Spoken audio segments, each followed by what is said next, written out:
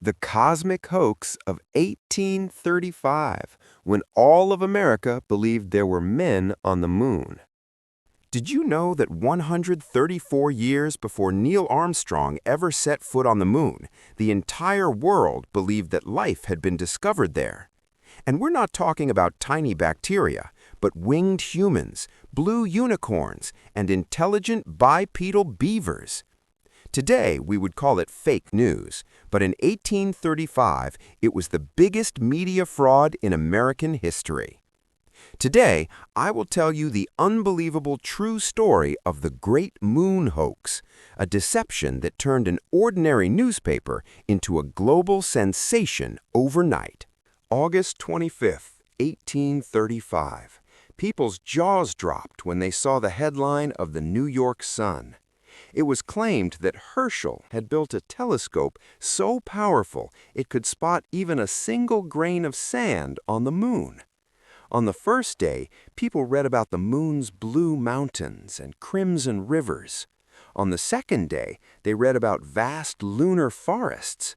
And on the third day, all of New York City came to a standstill. Locke described seeing winged humans on the moon, whom he named Batman or Vespertilio-homo. Things reached a point where people abandoned their work just to gossip about the moon. Even prominent American scientists began to believe it. Professors from Yale University actually traveled to New York just to verify the authenticity of these discoveries. Everyone was left wondering, are we then not alone in the universe? The circulation of the New York Sun skyrocketed from a few thousand to 19,000, setting a world record for that time. But lies do not last forever. A few weeks later, when other journalists demanded to see the original documents, Locke could no longer keep up the ruse. It was revealed that the entire report was a figment of Locke's imagination. The citations he claimed to have taken from the Edinburgh Journal of Science simply did not exist. But lies do not last forever. A few weeks later, when other journalists demanded to see the original documents, Locke could no longer keep up the ruse. It was revealed that the entire report was a figment of Locke's imagination. The citations he claimed to have taken from the Edinburgh Journal of Science simply did not exist. You might think that people got angry and burned down the newspaper office. Not at all. Interestingly, even after discovering the lie, Americans weren't that upset.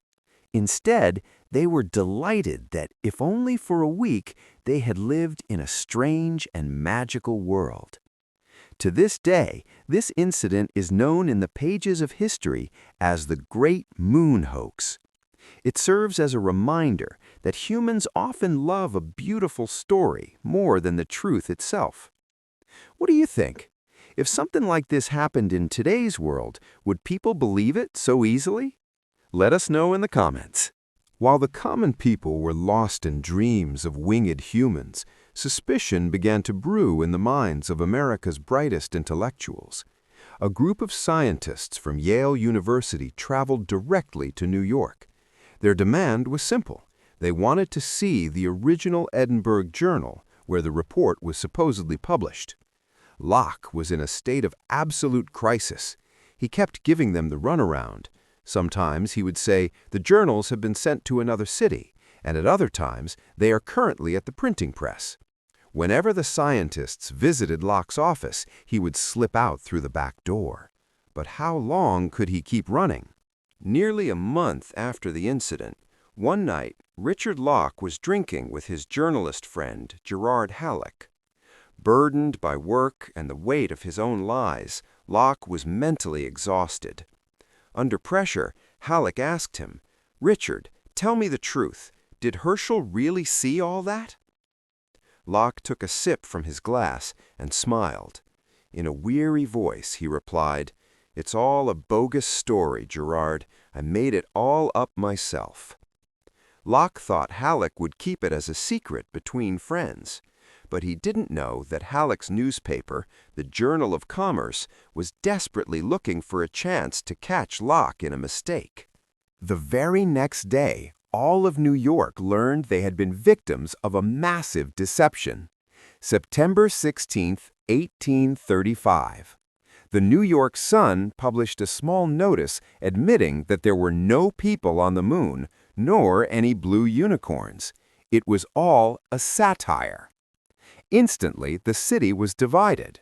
Some laughed it off, while others felt deeply insulted. But do you know what the most surprising thing was? The circulation of the New York Sun didn't drop. It actually increased. People were so fascinated by Locke's imagination that they began to praise him instead of hating him. However, Richard Locke's journalism career was never the same after this incident.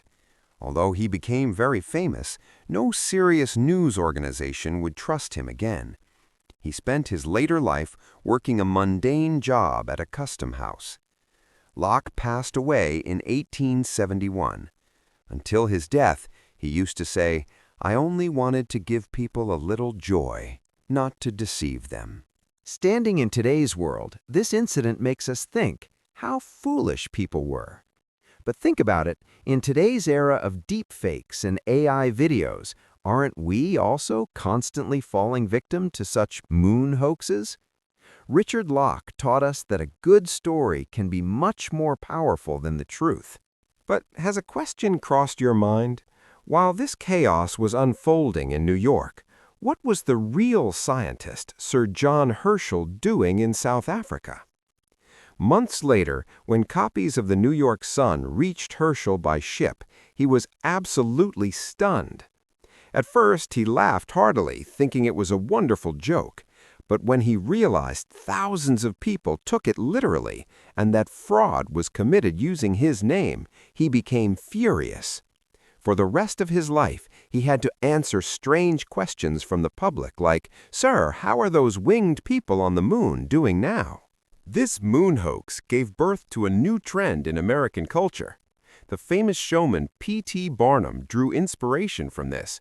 He realized that Americans loved to see and hear about humbug or bizarre, fantastical things.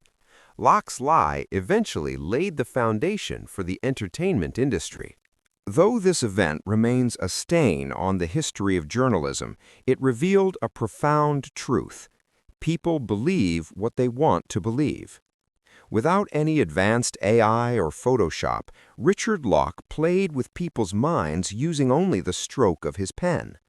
By riding on this lie, the New York Sun became the wealthiest newspaper of its time. It was the first example of modern clickbait, or cheap popularity.